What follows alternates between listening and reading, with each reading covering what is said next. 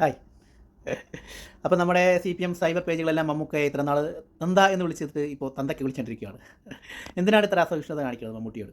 കാര്യം മമ്മൂട്ടി എന്ന് പറയുന്ന നടനെ നമുക്ക് എല്ലാവർക്കും അറിയാം. അദ്ദേഹം വർഷങ്ങളായിട്ട് അദ്ദേഹത്തിൻ്റെ ജീവിതത്തിൻ്റെ ഒരു ഭാഗം പോലെ നമ്മുടെ നാടിൻ്റെ ഏത് മുക്കിലും മൂലയും ഉള്ള പല കാര്യങ്ങൾക്കും അദ്ദേഹത്തിൻ്റെതായ പറ്റുന്ന രീതിക്ക് സാമൂഹിക സേവനം പോലെ ഒത്തിരി സഹായങ്ങൾ ചെയ്യുന്നുണ്ട്. വിദ്യാഭ്യാസപരമായിട്ട് ചെയ്യുന്നുണ്ട്, ശസ്ത്രക്രിയ ചികിത്സാപരമായിട്ട് ചെയ്യുന്നുണ്ട്, മറ്റ് പാർപ്പിട സൗകര്യങ്ങൾക്ക് വേണ്ടി ചെയ്യുന്നുണ്ട്, മറ്റ് സാമൂഹികപരമായിട്ടുള്ള നമ്മുടെ ഇൻഫ്രാസ്ട്രക്ചർ ഉൾപ്പെടെയുള്ള പാലങ്ങൾ, അങ്ങനെയുള്ള ഒത്തിരി കാര്യങ്ങളിൽ പുള്ളി ചെയ്യാറുണ്ട്. പുള്ളിനെ പറ്റുന്ന കാര്യങ്ങൾ ചെയ്യാറുണ്ട്.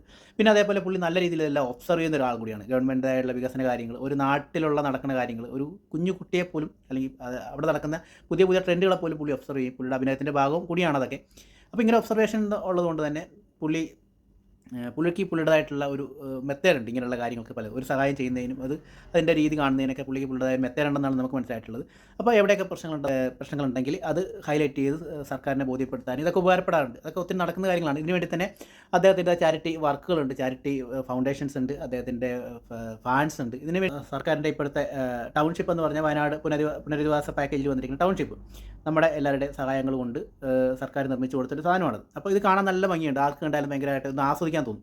അപ്പോൾ നമുക്ക് ഓഫ് കോഴ്സ് ഇതേപോലെ ഒരു ആസ്വാദകനായതുകൊണ്ട് തന്നെ ആയിരിക്കാം പുള്ളി ഇത് കാണണമെന്ന് ആഗ്രഹിച്ച പുള്ളി അവിടെ ചെന്ന് മാധ്യമങ്ങളൊക്കെ മാറിയതിന് ശേഷമാണ്, ആരെ അറിയിക്കേണ്ട പുള്ളി ചെന്നത്. പുള്ളി മാധ്യമങ്ങളൊക്കെ മാറിയതിന് ശേഷം ഇതൊക്കെ ഒന്ന് കണ്ട് ആസ്വദിക്കാൻ വേണ്ടിയാണ് അവിടെ ചെന്നപ്പോൾ തന്നെ പാർട്ടിയുടെ മാധ്യമത്തിൻ്റെ ചെയർമാൻ ആയതുകൊണ്ട് തന്നെ അവിടെയുള്ള ജില്ലാ സെക്രട്ടറി റഫീഖ് എന്ന് പറഞ്ഞ ഒരാളാണ്.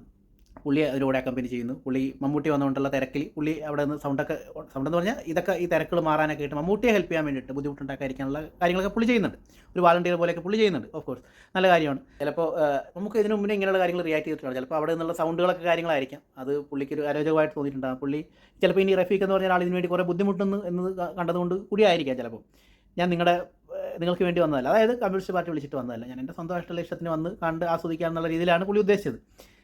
കാര്യം പുള്ളിക്ക് അത് ആസ്വദിക്കണമെന്നുണ്ടാകാം. അപ്പോൾ അത് വീഡിയോ വൈറലായി നമുക്ക് തെറി വിളിച്ചിട്ടിരിക്കുകയാണ് ഇപ്പോൾ. ഇതിൻ്റെ വല്ല ആവശ്യമുണ്ടോ? ശരിക്കും പുള്ളിയുടേതായ സ്പേസ് കൊടുക്കണ്ടേ? പുള്ളിക്ക് ഇതൊക്കെ കണ്ടെന്ന് ആസ്വദിക്കണ്ടേ? ഈ ചികിത്സയും കാര്യങ്ങളൊക്കെ കഴിഞ്ഞുകൊണ്ട് തന്നെ പുള്ളി പണ്ടത്തെ അത്ര ആരോഗ്യവാനുമല്ല. അപ്പോൾ ഈ ചെറിയ സൗണ്ടുകളോ അല്ലെങ്കിൽ അങ്ങനെയുള്ള കുറച്ച് കാര്യങ്ങളോ പുള്ളിനെ ചിലപ്പോൾ അലോരസപ്പെടുത്താം. പണ്ടത്തെ പോലെ അല്ല, പുള്ളിയുടെ സെൻസറി പാർട്സുകൾ, ശരീരത്തിൻ്റെ സെൻസറി പാർട്സ് പോലും ചിലപ്പോൾ പണ്ടത്തേക്കാൾ ഇൻടോളറൻസ് ലെവൽ കാണിച്ചേക്കാം. അപ്പോൾ അതൊക്കെ ഇതിൻ്റെ ഒരു റീസൺ ആയിരിക്കാം. അപ്പോൾ